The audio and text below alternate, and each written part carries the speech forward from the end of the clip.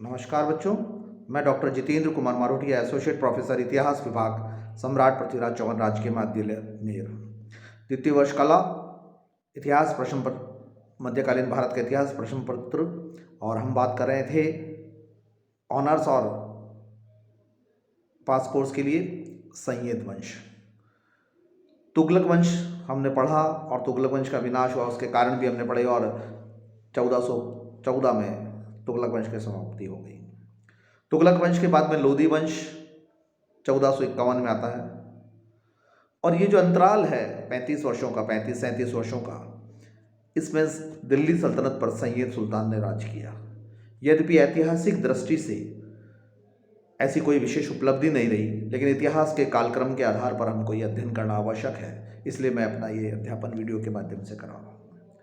फिर हम जानते हैं कि 1451 में आया और फिर 1526 में प्रथम पानीपत का युद्ध हुआ। 3 बहलोल लोधी, सिकंदर लोधी और इब्राहिम लोधी 3 शासक हुए और उन्होंने प्रथम पानीपत का युद्ध हुआ और फिर मुगल सत्ता स्थापित हुई। सैयद वंश का जहाँ तक शासन की बात करते हैं, उसके समय में न तो खलजी वंश के शासकों की भांति साम्राज्य विस्तार की नीति अपनाई गई, न ही तुगलक वंश की भांति कोई प्रशासकीय सुधारों का विजन लाया गया या उस पर इम्प्लीमेंटेशन किया गया। सैयद सुल्तान अपने प्रजा के सम्मुख अपने आप को एक शासक की भांति रखने में भी असमर्थ रहे, जिसके कारण विभाजन और विघटन की प्रवृत्ति जो फिरोज के उत्तराधिकारियों के समय से थोड़ी थोड़ी अंकुरित हो रही थी, वो उसने तीव्र रूप धारण कर लिया। खिज्र खां पहले शासक थे जिन्होंने बादशाह की उपाधि नहीं कही, नहीं कोई फरमान चलाया। तुगलक वंश के ही सिक्के चलते रहे, तुगलक वंश का ही खुतबा पड़ता रहा। यद्यपि उनके सैनिक आक्रमण थोड़े से रहे, लेकिन रहे, और 1414 से लेकर 1421 तक उनका शासन रहा। और उन्होंने खिज्र खां के नाम से कहा। खिज्र खां का दिल्ली पर अधिकार, पंजाब, मुल्तान, दिल्ली वहाँ के एक तरीके से सूबेदार थे, इसलिए उन्होंने दिल्ली में शामिल भी कर लिया।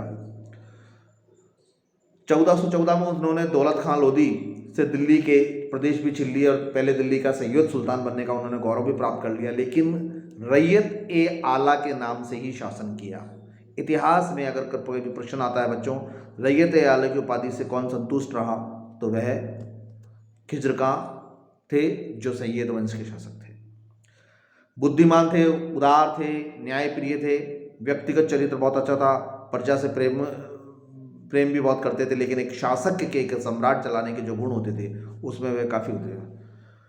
तुगलक वंश के पतन और तैमूर के आक्रमण के पश्चात दिल्ली सल्तनत की जो दुर्बल स्थिति थी उसको वह ठीक नहीं कर सके और उसका राज्य के विभिन्न सूबों के बनने की तुलना में श्रेष्ठ नहीं बन पाया। ये एक बहुत ही विचित्र स्थिति थी।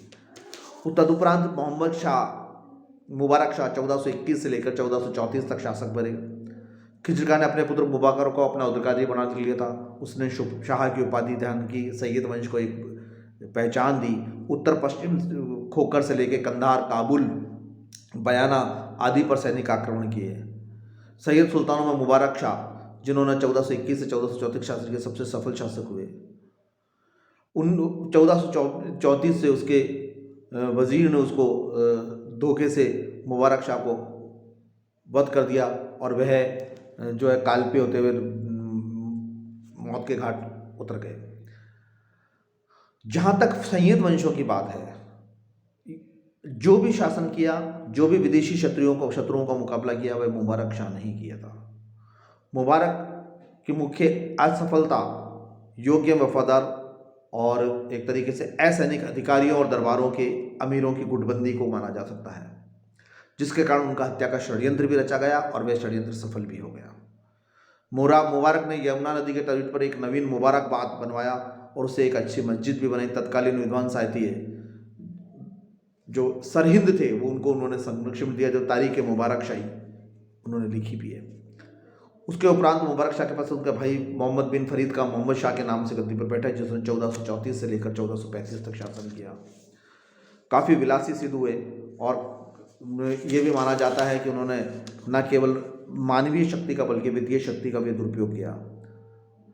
मोहम्मद शाह ने बहलोल का उस समय एक लोधी अफगान शासक सेनापति का सामने नाम आता है बहलोल, और उनको बहलोल लोधी को उन्होंने अपने बहुत करीब रखा और अपना पुत्र कहकर पुकारा और खानम खां की उपाधि भी दी, विशेष संरक्षण दी है।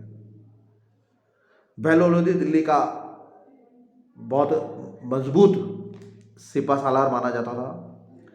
बैलों ने स्वयं 1443 ईस्वी में दिल्ली पर आक्रमण किया और दिल्ली को पुनः विजित किया। अंतिम समय में मुहम्मद शाह ने तो आंतरिक विद्रोह को दबाया। सबसे बड़ी बात ही मोहम्मद शाह के समय की बहुत ज़्यादा विद्रोह हुई।